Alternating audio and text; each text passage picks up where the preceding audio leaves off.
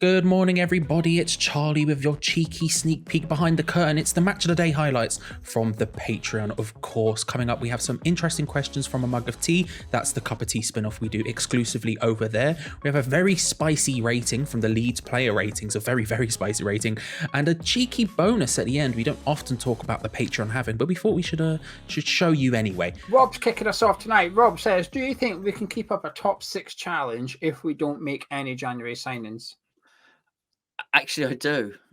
Yeah, I do. I don't. It shouldn't be so, and I want us to make signings, but I think he'd slack off Europe if that was the case. I think he'd continue to play the sort of teams that he played in Europe. That being said, it's almost like he can't help himself. Look what's just happened in the Cup. Not a man for just throwing out all the kids unless something is a dead rubber. I guess competitive people are like that. Anyone involved in competitive sports is going to be really, really competitive. You know competitive people because we all know them. We've all got a mate that's really competitive. We've all played Monopoly with our competitive friend and things like that. And, I'm one of them. I am that friend. Okay, yeah. Well, yeah. But, so if you've got that in you, I'm sure it's quite hard to then, if a game comes up and it's competitive, to think, I can't resist. I'm going to have to play all my best players. Yeah, I think we can. But it's unlikely if you know what I mean. If we take it seriously in Europe, we are relying on the difference of the dynamic is Arsenal and Tottenham now. And if Arsenal get that guy from Fiorentina, then everyone's in trouble. I don't mean Man City, but you know what I mean. Everyone's sort of vying for that sort of stuff, that sort of area in the league. Yeah, I can. Of course we can. Of course we can. It is possible, but I wouldn't be betting on it. That's for sure. I just think I think in the first half of the season, I think we've been able to field a half solid 11 in the Europa League and cope. Not in the knockout stages. You need to field your starting 11. With the greatest of respect to them, we literally played Norwich, Leeds, and Moyes complained about how it was tough on the squad. Well, when we come and play the Europa League games, I've not checked the fixtures around them, but they're going to be more difficult than Norwich, Leeds. I'm pretty certain. You have to be very fortunate to get Watford, Europa League, Newcastle, Europa League, Norwich again, or something like that. So we've struggled playing 3 home games against Premier League opposition that we are better than, that we're both in the bottom 5 of the league table when we played them. If we can't cope with that, I don't see how we're going to cope against better opposition in Premier League with a European team in there, away games in there as well. I just don't see how we'll cope. We need to get in at least 2 signings, I think, in January. Otherwise, something's got to give. Something's got to give. That's why I'm sort of relieved. We've got a very fortunate draw in the FA Cup. So when it comes to it, that we can play half a team if we want to, and we should still be able to get through. At the end of the day, if you said to me at the start of the season, you finish 7th, take European football seriously, I'd been all right with that. It's just that your aims change as you go through the season. You see us competing, you then want to, well, actually 6 would be a minimum acceptance now. But yesterday, I think we saw the impact of playing the first team against Leeds the first time round. The fatigue caught up with us a little bit, and you're right about Antonio. Moyes has said that you're right about Antonio. Well, he didn't say Gonzo's right. He basically said, I think Antonio should have come off. I couldn't take him off. Well, don't play him so flipping much then. You can't have it both ways. It's the most frustrating thing in the world. You chose to go with this team for the rest of the season. That's what I was trying to say in the review yesterday. All our attacking players were available yesterday. I know Ben Rama was away, but we knew this time last season, we knew Ben Rama was going to be away. So when I said, what more? Buy a striker in the summer. We're 17 days into the transfer window. You could have signed someone. The Norwich game, yes, it's an inconvenience. Was announced before New Year's Day, maybe, or whatever. New Year's Day was around about. It was 2 weeks ago. We knew about it, so you knew this game was coming. I said exactly the same. There's no surprise. It's exactly what I said. There's no surprise. It's unfortunate, and we probably have been stitched up. However, it's not been sprung upon us, and you still had notice. There's still a decision to be made to rotate your squad. But yeah, anyway. Brings us on to David Moyes and what. Yeah, that's why I'm ranting about him now, because I'm going to give him a 2 for you. No, I'll give him a 3 because his defence was crap and it's not really his fault. But his tactics were wrong. His subs were wrong. His starting 11 was wrong. He's since confirmed that Antonio was knackered and needed sub, but he didn't sub him. He got some things right. Like I said, the defence let him down. Had the defence played well, he might have done better. But I think he got a lot wrong yesterday, David Moyes. I think he has to carry a lot of the blame. And if someone gets off with it yesterday by the general fan base because of Diop and Dawson and so on yesterday, it's David Moyes. I think the defence's poor performances have allowed Moyes to get away with that a little bit. Bielsa pulled his pants down yesterday. Bielsa had 2 injuries very early on in the first half. Oh, Right, you'd have thought we were the team that had 2 injuries very early on to deal with, because when we did our subs, we weren't a Scooby what to do. I don't believe that Moyes was bringing on Masuaku, who thought this is going to win us the game. No chance. He was making a sub for the sake of making a sub. I think he felt, I need to do something here. Oh, well, you'll do. On you go. Who's got the most appearances for me, mate? All right, oh, come on then, Arthur, on you come. Who's got the second most? Oh, that'd be me. All right, Andre, on you come. I would have liked to have seen a bit of bravery from yesterday from Moyes, which was get Sonny Perkins on the hour mark or something. Bring the youngsters on. I said at halftime, it was a bit wild. I said at halftime to Charlie, said I would have had Elise on at halftime. I would have said to Diop and Dawson, you're losing us possession over and over and over again. Neither of you are playing that well. I'm going to bring Elise on. He's a ball playing centre back. He's coming onto the pitch. And I sent out a statement which is, I'm not afraid to play the kids. The manager in the opposite dugout was doing exactly that. He was playing the kids, and Leeds won yesterday because Bielsa will play the kids. It helped Leeds win the match because he kept it fresh in the FA Cup playing the youngsters. He kept it fresh yesterday by playing the youngsters. We bottled it. When it comes to substitution time, we bottled it. Moyes bottled it. And this is where my frustration with Moyes gives youth a chance. Well, yesterday he didn't give youth a chance, and he should have done. I'm going to give him a 0. Whoa! I'm going to give him a 0 because. There you go. Write that down on your thing for Charlie to pick out. Because I genuinely never expect that. Because you're quite. I'm going to say it for you. You're quite. You've always been very pro Moyes, if you like. You've been one of Moyes' biggest fans. So for you to give him a 0, that was disgusting. Actually, what I saw. I'm not doing it to be sensationalistic. I'm absolutely disgusted. The starting lineup was wrong. He could get a 5. He could get a 5 just for getting that midfield wrong, the composition of that midfield wrong, for not playing a central defensive midfielder for reasons that have been discussed before, and we'll discuss again. But whatever. He didn't play Alex Crow. He's not going to play him, mate. Don't even have him on the bench. But you've got an international footballer there, an international footballer whose job it is to guard the back four. That's what he's done. He's done it at the top level in European football and international football. That back four needed guarding. He then went and selected a player who was in Aaron Cresswell, was woefully out of shape.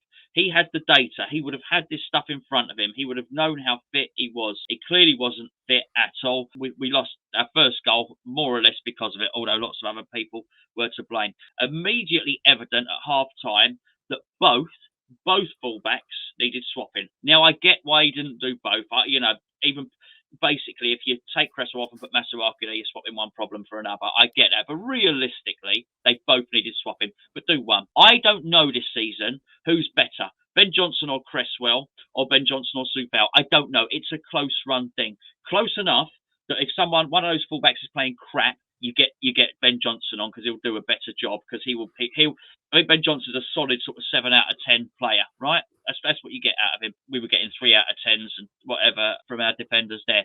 That would have helped shore up the defence. Mistake number 3, mistake number 4, whatever it might have been. Antonio was knackered.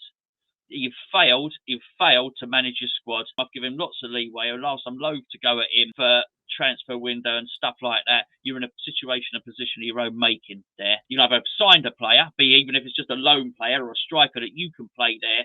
I don't care if it's a Norwich game or the first Leeds Cup game. There's something you could have done there. Second thing you could have done was you could have managed your squad a little bit better. So even if it was just Antonio, in one of those games, or both of those games, I'm talking about Norwich and Leeds FA Cup, Antonio could have played 60 minutes in each. He would have been fresher for this. He would have had more of an impact in this. The other thing you could have done is when he was knackered, you could have made a substitution, or you could have just done something as bring on Perkins, do something else. The other thing to lay your hat on, where you really got to go at him here, is actually substitutions. But this were an absolute disgrace. Not only could you have written them before, actually said before in the build-up, you know what substitutions Moyes is going to make. But if I know what substitutions Moyes is going to make, Bielsa knows what substitutions Moyes is going to make. It's not the worst thing that happened because we won the game against Chelsea. But in many respects, the best thing that happened was after Masuaku scoring against Chelsea. And the worst thing that happened was after Masuaku scoring against Chelsea, because it's almost given validation that he should be in the team. And then he got that sort of jammy assist again a couple of games ago. He's not going to do anything. What we got and what we saw from Arthur Masuaku when he arrived on the pitch was exactly what we expected. He wasn't able to impact the game. He almost scared of the ball sometimes. It doesn't get it. We needed drive, and we needed something. We needed some urgency, and Arthur Masuaku does not provide urgency at all. And then why Yarmolenko is being used again, I have absolutely no idea. What you've seen is mistake after mistake after mistake after mistake. And David Moyes lost that game in the build-up to that game. He lost that game in the warm-up to that game. He then continued to lose it at half-time when he could have done something about it. And then he still continued to lose it as the game was going on. And basically, he did nothing of it. It was awful, awful. You can't give him a single mark. Crikey. I gave him, well, I was going to give him a 2, and I thought I was being harsh, or we could told them harsh. Because, when we do these, you're aware there's 1 or 2 people you've not been keen on historically or whatever. I'm aware I don't like Craig Dawson. I'm aware I don't, right? So I tried not to mention him too much. In yesterday's interview, people say, well, why are you talking about Dawson? Well, hang on a minute. Everybody tells me stop talking about Dawson.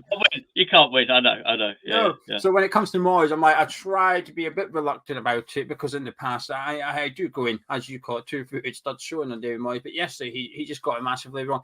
What angered me more was his comments about Antonio, but also his comments about how, we had a game midweek.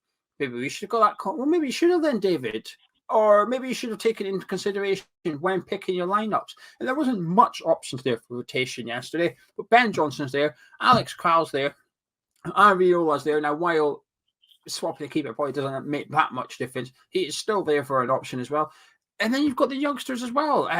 Brian Fredericks was he was out, but you've got Harrison Ashby, who Matt and David Moyes, you keep telling us he's close to Premier League standard. We'll put him in, put him right back, Johnson left back, sorted. The back four is a lot fresher. It might have made Dawson and Diop play a little bit better, because they wouldn't have had shite fullbacks either side of them.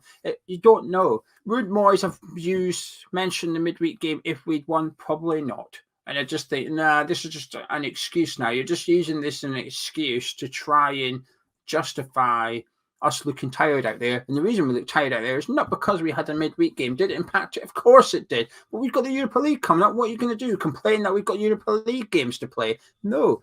The problem we were tired is because you didn't rotate the team. You played the same team for 3 games in a row practically. And we're seeing the results of it yesterday. Tired up against one of the most energetic sides in the Premier League. It's Leeds United. We know they're going to play like that. We should take it into consideration, and we didn't. Anything you'd like to add? Not really. Finish. Good rant, though. Good rant. That'll be a good video for the. That'll be a good clip for the match of the day highlights for Charlie. Just clip out. It's Moyes getting a 0. Yeah, absolutely. Let's take another one. There's a couple of fun ones, so let's do a fun one here. Alan, if you could pick 2 past seasons to watch, Amazon-type documentaries of the club, which seasons would you want to see? Oh, that's really good. My first one is 2016, not 15-16, not when the last European Park, not that one. I want the one after it, where there's people running on the pitch. I want that 16-17 season where there's everything's just kicking off. Pyatt has to leave just when it's all going wrong. That's the one I'd want to see. That one. Oh, that's really good. That's Car Crash TV. Okay, I don't know what season it is. It's the season that Harry sold Rio Ferdinand and brought in Rigobert Song and Titi Kamara. We knew what Terence Brown was saying about him. Basically, Terence Brown was hinting that there might have been some dodginess and some skullduggery going on. But rather than the hints, you'd get to find out exactly what Terence Brown thought Harry did. That'd be really interesting. The Lou Macari, I'm going back a little bit here. The Lou Macari season might have been very, very interesting, because we'd had for years all these managers that played football on the deck. Macari came in and started hoofing the ball, and it wasn't like Sam coming in and hoofing the ball. He's Greenwood's been here, Lyle's been here, and Macari, right, go on, lump it up. It's a big fella, and he fell out with the players. The fans hated him and stuff like that. So that would be quite interesting. I should pick something nice, really. But I guess 1965 would be a lovely one, because that would have been the European Cup Winners' Cup. You would have seen the players that were going to go on to win the World Cup, winning a trophy, a European trophy at Wembley a year before England won the World Cup. And it would have been Hurst, and it would have been Peters, and it would have been Bobby Moore. That's probably the best answer. Andy says 85, 86. Emery says 2006 for the FA Cup. Bob is the Nortes 0001. The bond scheme. What about with Tevez and Mascherano? Any year where Bobby Moore was playing, that would be quite good because there's just not enough footage of Bobby Moore and stuff, isn't there? There's just nothing. I think the Tevez and Mascherano thing would be a good one, actually. The problem is, like, the fallout of it was staggered, wasn't it? It wasn't like an immediate. They joined in summer 2006, but we didn't really get the repercussions until a year later, and then there was a court case and stuff a further year later, so it was quite stagnated, so you'd have to watch all. But yeah, I like those kind of questions. But my first one would be 2006, recent one. Remember that rumor? And it was, well, it might have happened, but just an unconfirmed rumor at present. Remember there was that rumor that James Collins smacked Michael Antonio. Remember, we even had that rumor that Antonio turned up really late for remember, there was meant to be a team meeting. We were in a relegation battle. There was a team meeting, a big team meeting. Antonio rocked up late and James Collins punched him. And then the next game, Michael Antonio wasn't in the squad at all. And everybody was like, oh, it must be true. He must have got smacked by Ginge. Oh my God, I want to get smacked by Ginge. And now for that bonus we promised at the beginning of the video. Any interviews with former players or West Ham celebrities get put up on our Patreon just that little bit early, so the lovely people over there get to have a gander. So we thought we'd include one of our favourite bits from the Neil Mellor interview, a fun story about his time at West Ham, specifically talking about the scariest man in the world, Thomas Repka. Any surprises? Player-wise, when he turned up at West Ham, you obviously had a few players there that were experienced, maybe towards the latter end of their career, like Rob Lee is a prime example. Is there anyone that you walked in, saw play football, and thought, bloody hell, this guy's a lot better than I thought he was? Do you know what? I remember looking around the dressing room thinking, goodness me, we've got some good players there. Like you say, Rob Lee, Steve Lomas, Hutchinson, Tommy Repka. I remember thinking, I'm not sure I want to look at you because I don't want to get on the wrong side of you. About to say, did he strike fear into you in the changing room as much as us out of the changing room? Yeah. I remember just before Christmas, we used to have the car cleaners that used to come to the training ground. One of the car cleaners had crashed his car into the wall, and you're thinking, if there's one player you do not want to cause any damage to the car, it's Tommy Repka. So yeah, that didn't go down too well. He was, but he was soft as well in terms of stay on the right side of him. I was on the right side of him, didn't mess about with him, on the right side of him, so saw that softness to him.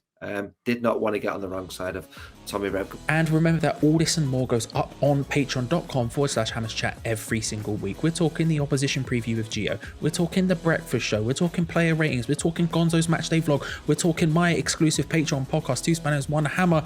There's lots of extra bonus stuff just waiting for you over there. So make sure to go check it out. Link in the description below. But until next time, thanks for watching.